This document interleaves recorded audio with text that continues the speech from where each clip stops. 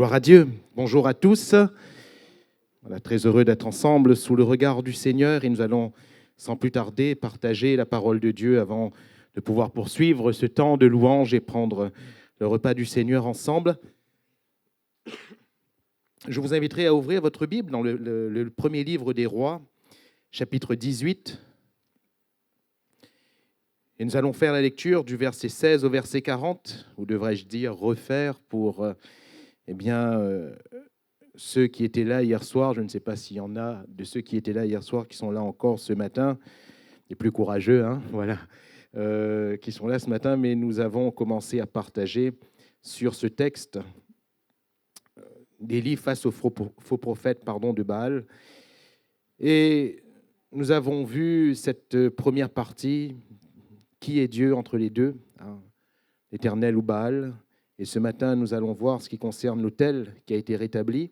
1 Roi 18, à partir du verset 16, Abdias étant allé à la rencontre d'Akab, l'informa de la chose, et Akab se rendit au-devant d'Élie. À peine Akab aperçut-il Élie qu'il lui dit « Est-ce toi qui jettes le trouble en Israël ?» Élie répondit « Je ne trouble point Israël, c'est toi au contraire, et la maison de ton père, puisque vous avez abandonné les commandements de l'Éternel, et que tu es allé après les Baals. Fais maintenant rassembler tout Israël auprès de moi, à la montagne du Carmel, et aussi les 450 prophètes de Baal et les 400 prophètes d'Astarté qui mangent à la table de Jézabel. » Akab envoya des messagers vers tous les enfants d'Israël, et il rassembla les prophètes à la montagne du Carmel. Alors Élie s'approcha de tout le peuple et dit « Jusqu'à quand clocherez-vous des deux côtés ? Si l'Éternel est Dieu, allez après lui. Si c'est Baal, allez après lui. » Le peuple ne lui répondit rien. Et Élie dit au peuple, « Je suis resté seul des prophètes de l'Éternel, et il y a 450 prophètes de Baal, que l'on nous donne 2 taureaux, qu'ils choisissent pour eux l'un des taureaux, qu'ils le coupent par morceaux, et qu'ils le placent sur le bois sans y mettre le feu. Et moi, je préparerai l'autre taureau, et je le placerai sur le bois sans y mettre le feu. Puis invoquez le nom de votre Dieu, et moi j'invoquerai le nom de l'Éternel. Le Dieu qui répondra par le feu, c'est celui-là qui sera Dieu. » Et tout le peuple répondit en disant « C'est bien. » Élie dit aux prophètes de Baal, « Choisissez pour vous l'un des taureaux, préparez-le les premiers, car vous êtes les plus nombreux, et invoquez le nom de votre Dieu. Mais ne mettez pas le feu. » Ils prirent le taureau qu'on leur donna et le préparèrent, et ils invoquèrent le nom de Baal depuis le matin jusqu'à midi en disant « Baal, réponds-nous » Mais il n'y eut ni voix ni réponse. Et ils sautaient devant l'autel qu'ils avaient fait. À midi, Élie se moqua d'eux et dit « Criez à haute voix, puisqu'il est Dieu. Il pense à quelque chose, ou il est occupé, ou il est en voyage, peut-être qu'il dort, et il se réveillera. » Et ils crièrent à haute voix, et ils se firent selon leur coutume des incisions avec des épées, avec des lances, jusqu'à ce que le sang coulât sur eux. Lorsque midi fut passé, ils prophétisèrent jusqu'au moment de la présentation de l'offrande, mais il n'y eut ni voix, ni réponse, ni signe d'attention.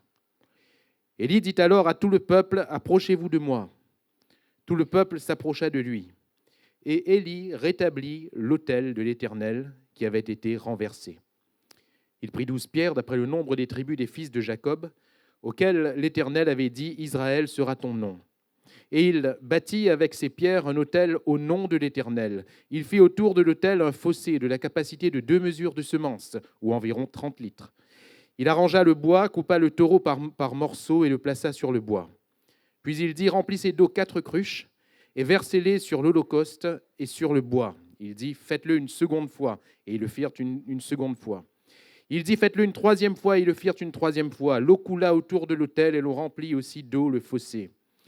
Au moment de la présentation de l'offrande, Élie le prophète s'avança et dit « Éternel, Dieu d'Abraham, d'Isaac et d'Israël, que l'on sache aujourd'hui que tu es Dieu en Israël, que je suis ton serviteur et que j'ai fait toutes ces choses par ta parole. Réponds-moi, Éternel, réponds-moi, afin que ce peuple reconnaisse que c'est toi, Éternel, qui es Dieu, et que c'est toi qui ramènes leur cœur. » Et le feu de l'Éternel tomba, et il consuma l'holocauste, le bois, les pierres et la terre, et il absorba l'eau qui était dans le fossé.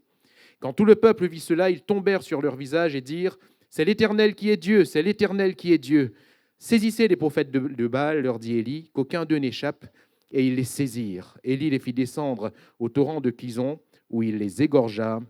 Amen. Courbons-nous quelques instants et prions le Seigneur. Notre Dieu et notre Père, nous sommes devant toi et devant ta parole. Et nous te prions afin que tu nous conduises, Seigneur, par ta parole auprès de toi. Que tu nous convainques, Seigneur, par ton esprit et que tu fasses ton œuvre en chacun de nous, dans le nom de Jésus-Christ. Merci, Seigneur. Amen. Gloire à Dieu. Voilà. Élie face à ces faux prophètes. Et sur ce texte, nous avons déjà vu un premier pendant hier soir que vous pourrez retrouver sur notre site internet ou sur les réseaux. Qui est Dieu? C'était la question, c'était tout l'enjeu. Et c'est incroyable que cette question soit posée au peuple d'Israël. C'est incroyable. C'est le peuple de Dieu quand même. C'est le peuple de l'Éternel. Et ce peuple, eh bien, qui a été créé par Dieu, disons-le clairement, parce que ce peuple n'était pas. Dieu appelle un homme, Abraham, avec sa femme, Sarah, qui, je le rappelle, eh bien, était stérile, ne pouvait pas enfanter. Et tous les deux, ils avançaient en âge. Abraham arrive eh bien, à la centaine. Sarah n'est pas loin derrière. Elle ne peut plus enfanter. Elle ne peut plus espérer enfanter. Mais Dieu fait un miracle. Et Dieu donne naissance à ce peuple. C'est son peuple. C'est son peuple. Et ce peuple est le peuple de Dieu. Le nom de l'Éternel est invoqué. Et comment ça se fait qu'à un moment donné, il y a cette question qui arrive? Et que le prophète Élie pose la question à Israël. Et qui dites-vous qui est Dieu? L'Éternel ou Baal? Si c'est l'Éternel, allez après lui. Si c'est Baal, allez après lui. Et c'est incroyable. C'est le peuple de Dieu. C'est le peuple de Dieu. Ce n'est pas le peuple de Baal, c'est le peuple de Dieu. Et tout d'un coup, il y a une question qui est posée. C'est comme si que ce matin, je posais la question à l'église, mais qui est Dieu? C'est l'Éternel ou c'est Baal? La question ne devrait pas se poser, mais à mon sens, la réponse est encore plus surprenante et nous l'avons lu. Il n'y en avait pas. La réponse était néant. Il ne répondit rien. Rien. L'Éternel, le Dieu de toutes choses, le Créateur du ciel et de la terre, d'une part. Si c'est lui qui est Dieu, allez après lui. Baal, qui est la principale divinité de toute cette contrée des Phéniciens et des Cananéens. Baal, qui est le Dieu qui rassemble tous les dieux. Je parle des idoles. On pense aux Astartés, aux Mammon, aux Moloch, etc., etc. Tout est rattaché à Baal. Baal qui signifie Seigneur, Maître, Possesseur. Si c'est lui qui est Dieu, Élie va dire « Allez après lui ». Et Élie met le peuple devant un choix. Choisissez, choisissez. Si vous voulez servir Dieu, servez Dieu. Servez l'Éternel. Si vous voulez servir Baal, servez Baal. Arrêtez de clocher des deux côtés. Frères, sœurs, comprenons par là que le peuple devait trancher. Chacun devait trancher pour lui-même et dire l'Éternel est Dieu, je veux le servir, ou Baal est Dieu, je veux le servir. Mais quand ils ne répondent rien, cela signifie que pour eux, les deux étaient Dieu. Les deux étaient Dieu. Voilà pourquoi ils clochaient des deux côtés. Les deux étaient Dieu et ça ne les dérangeait pas de servir l'Éternel et de servir Baal en même temps. Ça ne les dérangeait pas, absolument pas, d'être appelé le peuple de l'Éternel, le Dieu d'Israël, et d'aller servir Baal selon les principes et les coutumes de Baal, de cette contrée de Canaan. Pourtant, Israël, c'était Israël. Et Canaan les entourait. Le Seigneur leur avait dit de chasser les Cananéens dans le territoire que Dieu lui-même avait délimité pour eux, afin qu'ils n'imitent pas les coutumes de ces adorateurs de Baal. Le Seigneur avait prononcé cette sentence contre ces habitants de cette contrée justement parce qu'ils apportaient leur culte au Baal. Et regardez bien, Élie emploie les Baals comme s'il y en avait plusieurs. Et comme je le disais, il y avait plusieurs dieux qui étaient rattachés à ce Dieu qui, bien sûr, c'était qu'une idole. Alors, le peuple ne répondit rien parce que le peuple servait les deux. Les deux. De la même manière, nous sommes l'Église du Dieu vivant. Et Dieu nous a créés également. Paul va dire que nous sommes la nouvelle Israël. Dieu nous a créés à partir d'un miracle. Et si une femme qui ne pouvait enfanter, qui approchait de la centaine, qui a donné naissance à un fils, c'était un grand miracle. Quel beau et plus grand miracle que celui du Fils de Dieu qui est venu mourir à la croix pour chacun de nous, afin de donner naissance à l'Église. Alléluia. Je bâtirai mon Église. Nous sommes son peuple. Nous portons son nom. Cependant, lorsque nous regardons aux écrits, l'apôtre Paul lui-même, qui aux Corinthiens va dire tantôt, il y a une impudicité telle qu'elle ne se rencontre pas chez les païens. Au milieu de vous, il y a une impudicité telle, il y a une débauche telle, ça ne devrait pas. Au milieu de vous, il y a une division telle, ça ne devrait pas. Au milieu de vous, il y a un tel manque de considération pour le Seigneur, pour le repas du Seigneur, que lorsque vous vous rassemblez, l'un est ivre, tandis que l'autre a faim. Ça ne devrait pas. Ça ne devrait pas. Pierre, Jean, Jude, les autres, adressaient à chaque fois des remontrances aux différentes églises.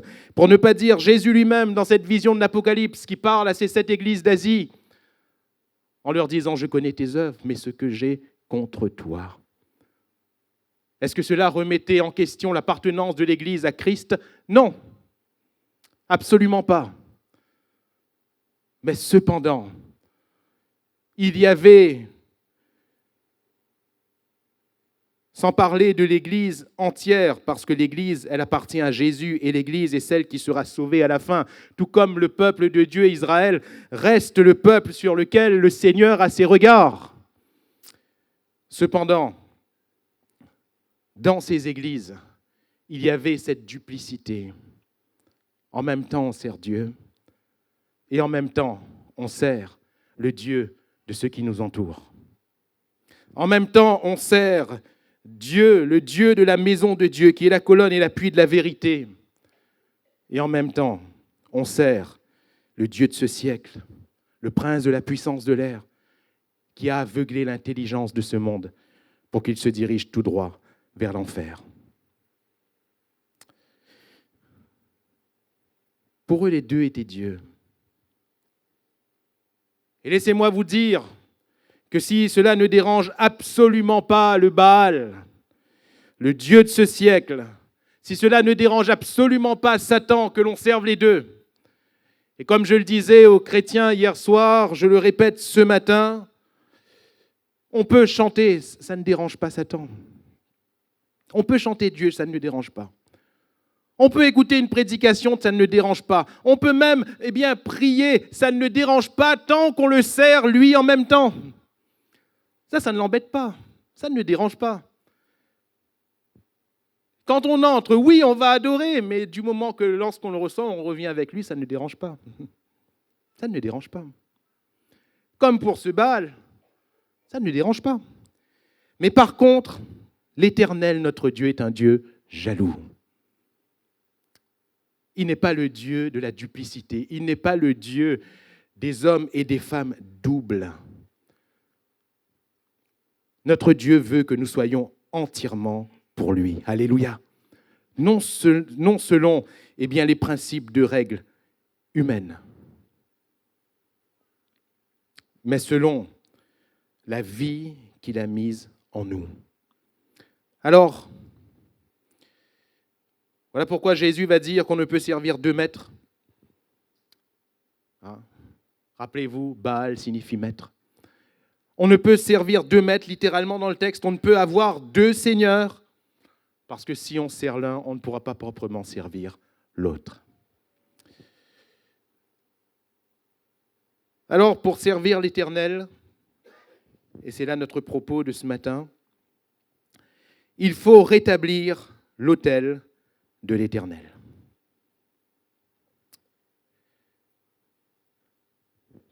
Si c'est l'Éternel que nous voulons servir, il faut rétablir l'autel de l'Éternel.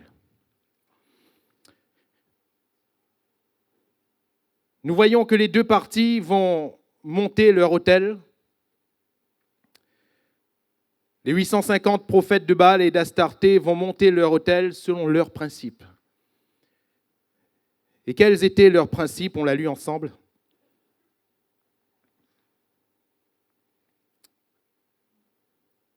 Ils vont prendre le taureau, ils vont le préparer et ils vont invoquer le nom de Baal. Longtemps.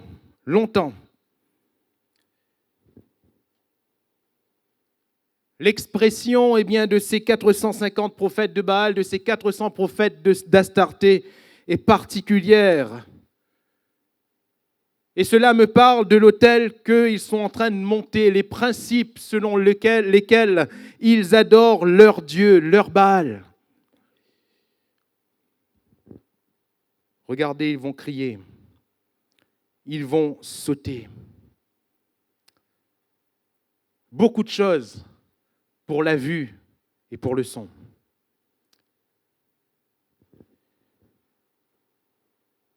De grandes expressions, mais qui au final ne riment à rien. Attention, je ne suis pas contre l'expression, chacun s'exprime selon son cœur. L'homme regarde à ce qui frappe les regards, mais l'Éternel regarde. L'Éternel regarde au cœur. L'Éternel regarde au cœur. On peut faire plein de choses. On peut créer plein d'ambiances. Mais ce qui reste agréable à Dieu, c'est le cœur. C'est le cœur qui le loue, lui.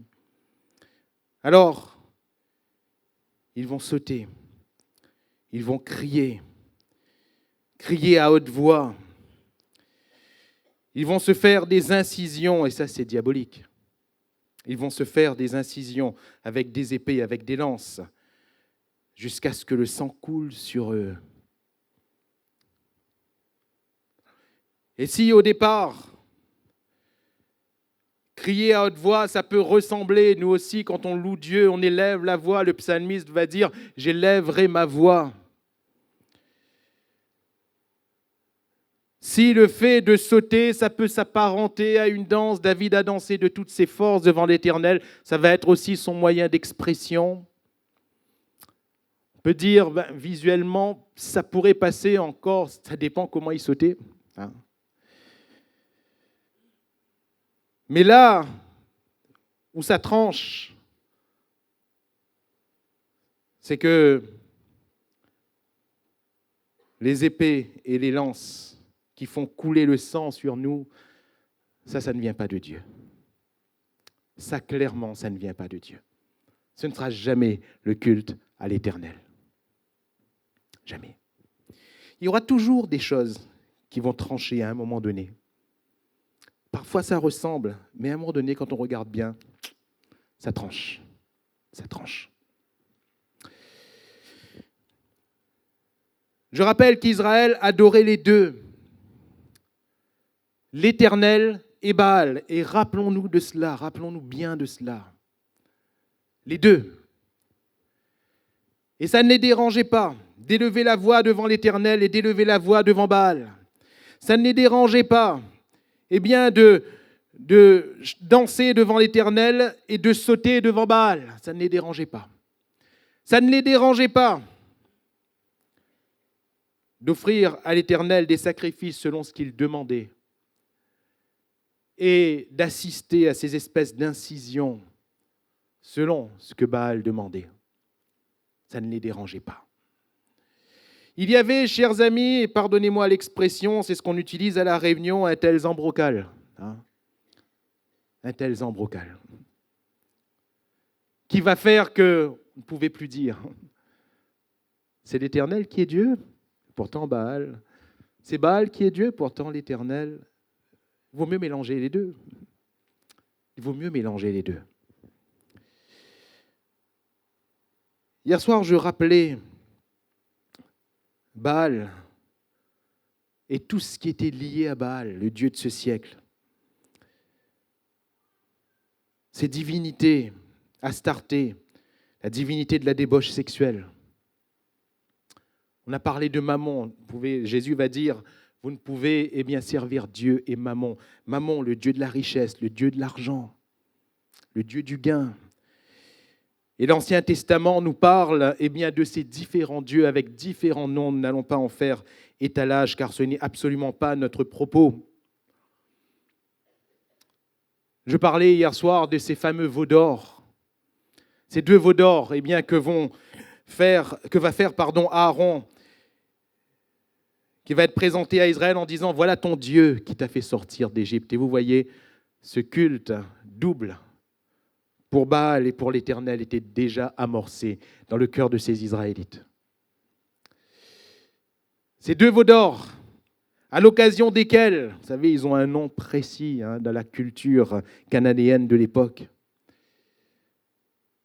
et qui vont amener Israël, comme va le dire beaucoup plus tard, le Nouveau Testament, vont amener Israël à manger devant ces veaux, à ensuite se lever et se divertir. Et ce divertissement, ce n'est pas le simple fait de s'amuser un petit peu, pas du tout.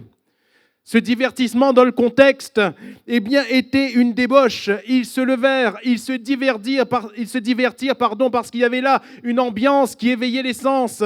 Et les uns et les autres, pardonnez-moi de dévoiler cela, même si ce n'est pas clairement écrit, la Bible reste pudique à certains passages, mais dans la culture de l'époque, si vous regardez un peu au texte historique, quand ils se levèrent pour se divertir devant les veaux, ils enlevaient leurs vêtements, ils allaient les uns vers les autres, il y avait toutes sortes de danses sensuelles, toutes sortes de choses en l'honneur de ce Baal. Et ils mettaient en place une ambiance qui s'y prêtait. Voilà pourquoi, réfléchissez un instant. Vous me connaissez, je n'ai jamais dit, et je ne dirai jamais, que la Bible est contre la danse, absolument pas. Cependant, réfléchissez, quand il y a une ambiance, est-ce que ça élève le cœur ou est-ce que ça élève les sens ? Je vous laisse vraiment avec cette réflexion. À ces occasions, les sens étaient éveillés et j'arrêterai là donc les descriptions de ces cultes à Baal. Mais voilà l'autel de Baal. Voilà l'autel de Baal. Alors qui préférons-nous servir ? Baal, le dieu de la débauche, le dieu de l'ivrognerie, le dieu du mensonge, le dieu du vol, le dieu du meurtre, le dieu de toutes ces choses que condamne la parole de Dieu. Ou préférons-nous servir l'Éternel et l'Éternel seul ? À partir de là, il faut élever l'autel à l'Éternel. Alors toute notre attention, bien sûr, ce matin, est sur l'autel de l'Éternel. Et je reprends le texte parce qu'Élie n'invente pas un autel, on l'a lu. Élie n'invente pas un autel, mais il rétablit l'autel de l'Éternel qui avait été renversé. Et inutile de vous dire que dans les cœurs de ces Israélites, l'autel de l'Éternel avait bel et bien été renversé. Que dans l'esprit de ce peuple d'Israël, l'autel de l'Éternel tel qu'il est montré au départ, il est renversé. C'est Dieu qui avait donné à Moïse le modèle de l'autel pour l'Éternel. C'est Dieu lui-même. Et au travers de ce texte, il me semble que le Seigneur nous redonne les valeurs de cet autel. L'autel, il est pourquoi ? Pour le sacrifice. Élie va dire de donner un taureau. Verset 23 du texte que nous avons lu, que l'on nous donne 2 taureaux. Qu'ils choisissent pour eux l'un des taureaux, qu'ils le coupent par morceaux, qu'ils le placent sur le bois sans y mettre le feu. Et moi, je préparerai l'autre taureau et je le placerai sur le bois sans y mettre le feu. L'autel est pour le sacrifice. Le taureau sacrifié est bien sûr le symbole de Jésus-Christ lui-même. Alléluia. Relever l'autel de l'Éternel, c'est revenir à ce qu'est le sacrifice de Jésus-Christ. Ce taureau est le symbole de Jésus. D'ailleurs, il est très symbolique. Que ce soit dans les ordonnances faites à Moïse, Le sacrifice expiatoire était premièrement le taureau. Le taureau, quand on parlait en Israël du taureau, tout de suite à l'esprit, ils avaient le sacrifice expiatoire. Le sacrifice qui couvrait le péché. Le sacrifice qui faisait que Dieu regardait l'homme de manière agréable. Il agréait l'homme qui venait dans sa présence. C'est parce que le taureau avait été sacrifié et que le sang de ce taureau recouvrait cet homme. Jésus est notre sacrifice. Non pas seulement expiatoire. Jésus ne couvre pas seulement notre péché, mais il nous lave. Alléluia. Et il est un sacrifice plus excellent que le sacrifice de l'ancienne alliance, puisqu'il nous enlève nos péchés. Voilà l'agneau de Dieu qui ôte le péché du monde. Alléluia. Il est celui qui enlève nos péchés. Le symbole de l'évangile selon Marc est d'ailleurs le taureau ou le bœuf. D'ailleurs, quand vous regardez au terme hébreu employé pour taureau, c'est le même pour bœuf. C'est le même. Jésus est vraiment celui qui est venu afin de s'offrir en rançon pour chacun de nous. Il est ce taureau, cet animal qui va faire grâce, qui va attirer la grâce de Dieu sur nous. Vous vous rappelez à l'occasion de Caïn, je vous avais déjà fait cette petite étude du terme employé quand il est dit que Caïn qui avait tué Abel, qui devait, disons-le clairement, qui devait lui aussi mourir, il va invoquer l'Éternel et il va dire « mais je vais mourir loin de ta face ». Il va crier à Dieu. Et vous savez, quand un malheureux crie, l'Éternel, il entend. Il entend toujours et il le délivre de ses détresses. Et si vous ou moi, on aurait rendu à Caïn la monnaie de sa pièce, lui qui a tué son frère, Dieu, qu'est-ce qu'il va dire ? Si quelqu'un tue Caïn, Caïn sera vengé 7 fois. Alléluia. Qui d'entre nous oserait venger un meurtrier ? Dites-moi. Qui d'entre nous oserait garder ses yeux sur un meurtrier pour le protéger ? Dites-moi. Dieu l'a fait. Parce que Dieu est un Dieu de grâce. Et il met un signe. Et comme je le dis souvent, beaucoup ont voulu interpréter ce signe, mais il n'y a pas à chercher quel est le signe physique que Dieu a mis. Ce n'était pas un point mal bas, rien du tout. Dieu met un signe. Voilà ce qui est dit dans le texte. Et on ne donne pas le signe exprès pour qu'on ne devienne pas idolâtre, à mon sens. Mais le signe, le terme hébreu employé, est composé de 3 lettres. 3 lettres de l'alphabet hébraïque.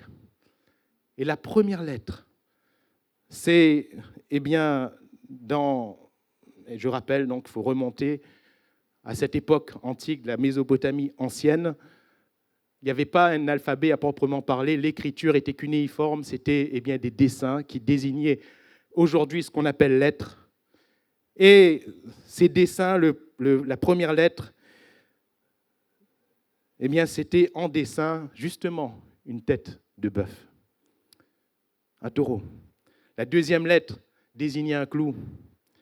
La troisième lettre désignait une croix. Le bœuf cloué à la croix, le taureau cloué à la croix. Et de la même manière, mes frères et mes sœurs, Jésus est celui qui nous couvre de la grâce de Dieu. Jésus est celui qui est notre expiation devant Dieu. Alléluia. Il est notre justice. Et voilà pourquoi Caïn fait grâce. Je pourrais vous citer d'autres exemples, des Écritures qui nous ramènent encore à ce taureau. Je vous laisserai en faire l'étude chez vous, mais c'est un animal particulier. Ce que nous constatons également dans ce texte, c'est que ce taureau, il est donné. Élie va dire qu'on nous donne. Pourquoi ? Parce qu'il ne l'a pas, lui, le taureau. Il n'a pas les moyens d'avoir un taureau, lui, et il le sait. Les prophètes de Baal et d'Astarté ne l'ont pas non plus. Voilà pourquoi le taureau devait leur être donné. Et mes frères et mes sœurs, nous n'avons pas en nous-mêmes le moyen de notre expiation. Nous n'avons pas en nous-mêmes le moyen d'avoir justice devant Dieu, car nous sommes pécheurs et nous sommes perdus. Voilà pourquoi le prophète va dire que le Fils nous est donné. Alléluia. Le Fils nous est donné. Il nous est donné. Ce taureau nous est donné. Le sacrifice nous est donné. Il ne vient pas d'un homme, il ne vient pas d'une institution, mais il nous vient directement du ciel, directement de Dieu. C'est Jésus-Christ, le Fils de Dieu. Et il est venu sur notre terre afin de nous être donné à la croix. Christ, c'est le Messie que Dieu donne. Car Dieu a tant aimé le monde qu'il a donné. Alléluia. Qu'il a donné son Fils unique, afin que quiconque croit en lui ne périsse point, mais qu'il ait la vie éternelle. Constatez avec moi que le taureau est donné aussi bien à Élie qu'aux faux prophètes. Il n'y a pas un animal différent qui a été donné aux faux prophètes. Ils ne vont pas dire non, donnez-nous une autre manière. Non, ils vont prendre le taureau. Mais constatez également avec moi qu'à la fin, le sacrifice de ces derniers, de ces faux prophètes, n'est pas agréé. Pourtant, c'est un taureau. Comme pour Élie, c'est le même. Mais l'un est agréé, l'autre n'est pas agréé. Frères, sœurs, chers amis, comprenons bien que ce n'est pas parce que, on invoque sur notre vie le Jésus de la Bible et qu'on lui rende un culte selon ce que l'on veut, selon ce que l'on a envie, que Dieu va obligatoirement agréer. Non. Non. Le taureau de Élie est agréé parce que son autel ne va pas être comme l'autre autel. Voyez l'importance de l'autel? Sinon, je vous aurais parlé du sacrifice. Mais le sacrifice, il est le même pour le monde entier. Alléluia. Jésus, il est le même. Jésus, il est le même. Et chaque homme, prend Jésus d'une certaine manière. Chaque homme prend Jésus. Et quelque part, on constate que l'on en fait ce que l'on veut. Que fais-tu de Jésus dans ta vie? Quel culte rends-tu à Jésus? On dit rendre un culte, ok, gloire à Dieu. Mais est-ce que ce culte, lui, est agréable? On peut tous avoir Jésus à la bouche, n'est-ce pas? On peut tous chanter, faire des chants où il y a Jésus dedans, tous. Mais est-ce que l'autel sur lequel on met Jésus, lui, est agréable? Là est toute la question. Et quel va être l'autel agréable que va rétablir Élie? Et justement, frères, sœurs, il ne va pas inventer un autel, je le répète, il va rétablir l'autel qui existait déjà.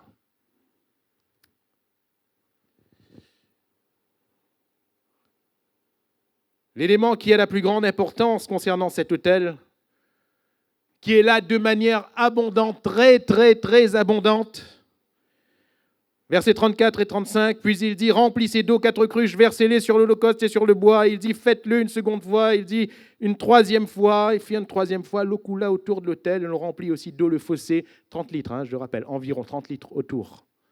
Rempli d'eau. L'eau était partout. L'eau remplissait partout. Et si on a pu apporter, je ne dis pas qu'elles sont mauvaises, différentes interprétations à ce symbole de l'eau dans ce contexte, laissez-moi vous dire que je n'y vois ici que la parole de Dieu qui est abondante. Qui est abondante. Et voilà pourquoi le sacrifice va être agréé, parce que la parole de Dieu y est abondante. Voilà pourquoi le feu va descendre du ciel, parce que le feu de l'Esprit de Dieu est d'accord avec la parole de Dieu.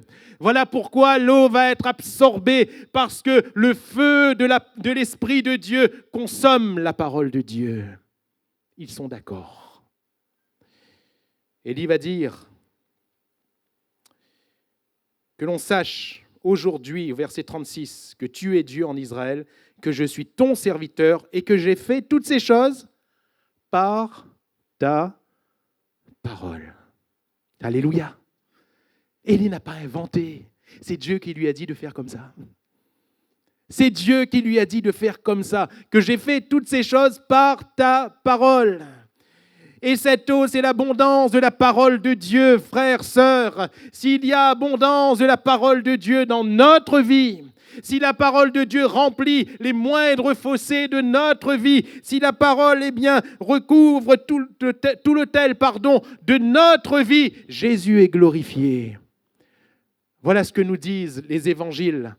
Regardez au sacrifice de Jésus. À chaque fois, qu'est-ce qu'il est dit autour et à l'occasion de ce sacrifice, afin que s'accomplisse ce qui a été annoncé d'avance, afin que la parole de Dieu s'accomplisse, afin que les Écritures s'accomplissent. Vous retrouverez ces expressions partout.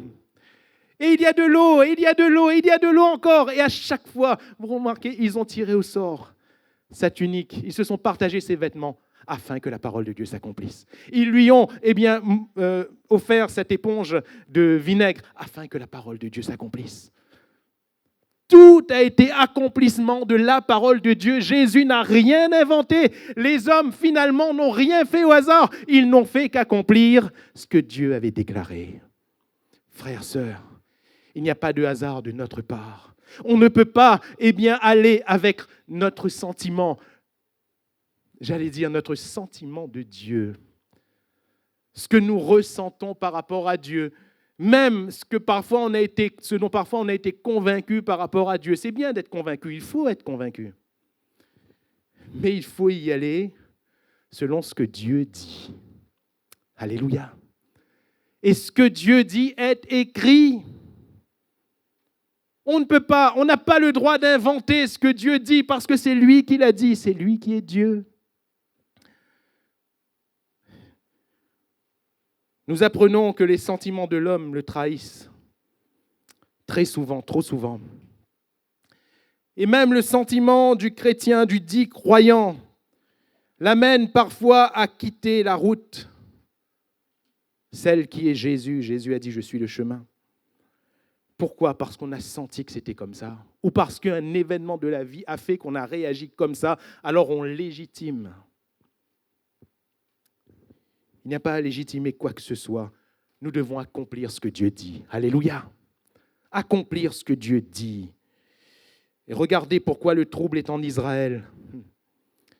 Verset 18, Élie va dire à Akab, « Je ne trouble point Israël. C'est toi, au contraire, et la maison de ton père, puisque vous avez abandonné les commandements de l'Éternel et que tu es allé après les Baals. » Parce que vous avez abandonné quoi ?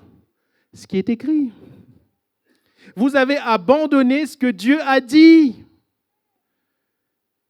Et mes frères et mes sœurs, dès qu'on commence à abandonner ce que Dieu a dit, c'est le commencement de la fin. Ça a été la cause de la chute de l'homme dès le départ. Vous vous rappelez ? Dieu a-t-il réellement dit ? Dieu a-t-il réellement dit ? Non, il n'a pas dit ça. Tu t'es trompé, Ève. Tu as mal interprété, Ève. Mais cependant, Dieu avait bien dit. Et la chute de l'homme est venue de là. Frères, sœurs, soyons des hommes et des femmes de la parole de Dieu. L'autel qui va être relevé, alors sur ces 3 derniers aspects, je vais passer rapidement. L'importance de ces 12 pierres. Les pierres vont composer cet autel. Les 12 pierres, chaque pierre représentait une tribu, pour ne pas dire une famille en Israël.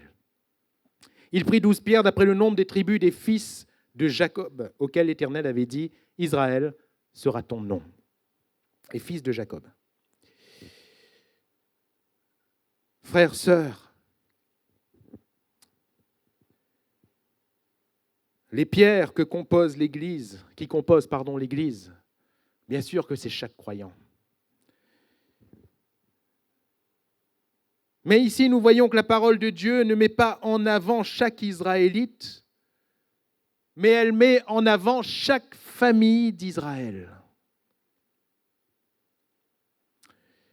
Frères, sœurs, si nous regardons au texte biblique, oui, nous voyons que l'individu est important et cela nous concerne, chacun de nous est concerné. Mais que faisons-nous de notre famille ? Ce que nous faisons de notre famille a une importance devant Dieu. Est-ce que nous le savons ? La Bible nous dit que celui qui n'a pas soin des siens, il est pire qu'un infidèle. Il a renié la foi. Celui qui n'a pas soin des siens. Et ce n'est pas l'Ancien Testament qui le dit, c'est le Nouveau. Celui qui n'a pas soin des siens est pire qu'un infidèle, il a renié la foi. La Bible, dans les critères attribués aux anciennes églises, nous dit qu'il sache tenir sa maison.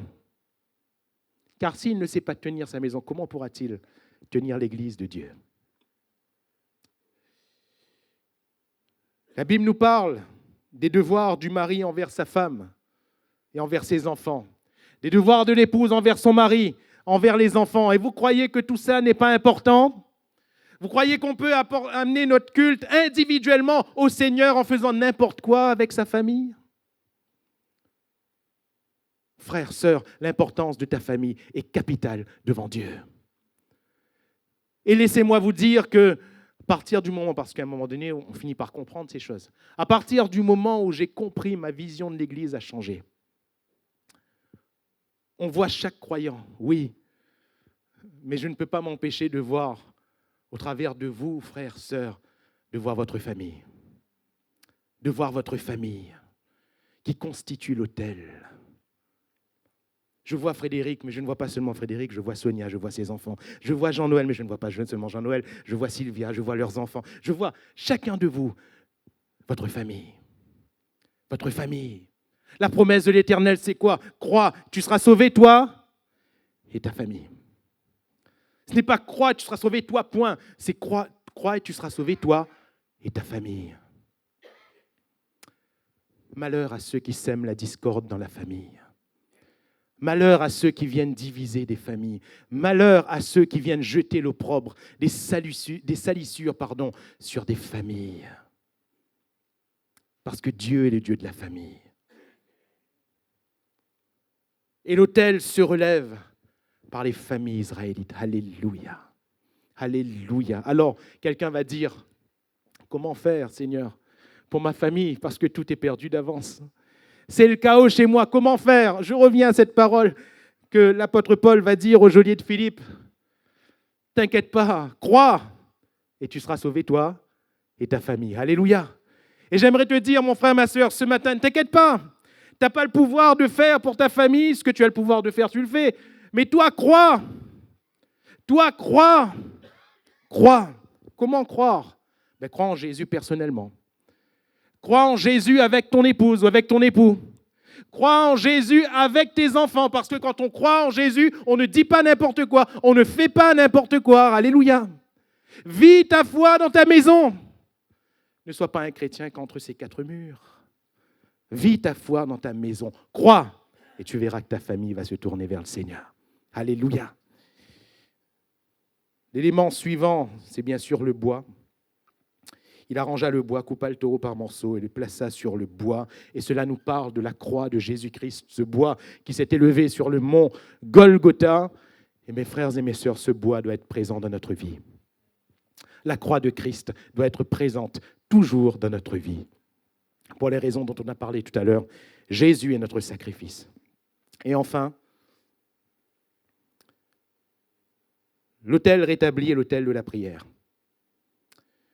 Verset 24, puis invoquez le nom de votre Dieu et moi j'invoquerai le nom de l'Éternel.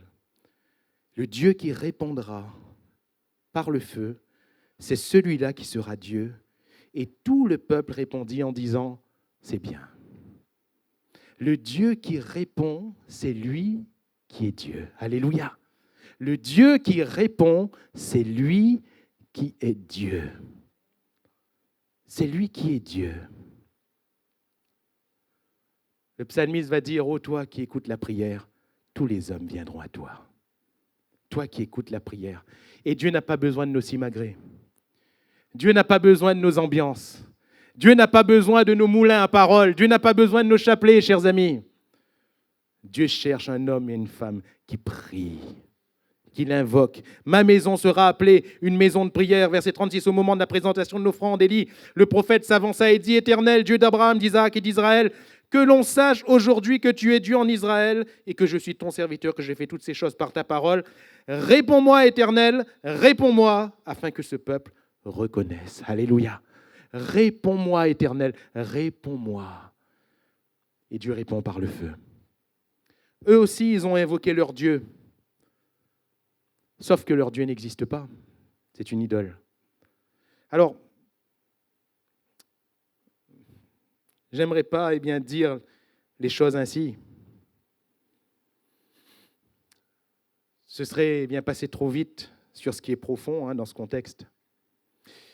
Réfléchissons un instant, et c'est ce que nous allons voir plus amplement dimanche prochain, à l'occasion de ce dimanche de Pentecôte, toujours sur ce même texte, le Dieu qui répond par le feu, et nous allons parler du Saint-Esprit. Mais, comment dire sans entrer directement dans le message de dimanche prochain ? Si ces faux prophètes de Baal et d'Astarté, réfléchissons un instant, s'ils se sont mis à crier comme ils ont fait, à sauter comme ils ont fait, à se faire des incisions comme ils ont fait, vous pensez qu'ils n'avaient pas déjà fait ça avant ? Oui ou non ? Si, la Bible nous dit selon leur coutume. Et quand ils l'avaient fait avant, posons-nous la question, d'après vous, ils ont eu des réponses ou pas ? Réfléchissez un instant. S'ils ont fait ça et qu'ils refont et qu'ils refont et qu'ils refont, pendant je ne sais combien d'années, ils ont obtenu des réponses d'après vous ou pas ? Forcément. Forcément qu'il y a eu des réponses. Mais des réponses de qui ? Ça ne peut pas être de Dieu, on est d'accord ? Dieu n'est pas assimilable à Baal. Des réponses de qui ? Paul nous dit que derrière chaque idole, l'idole n'est rien, mais derrière chaque idole, il y a quoi ? Oui, un démon, un esprit impur, un démon.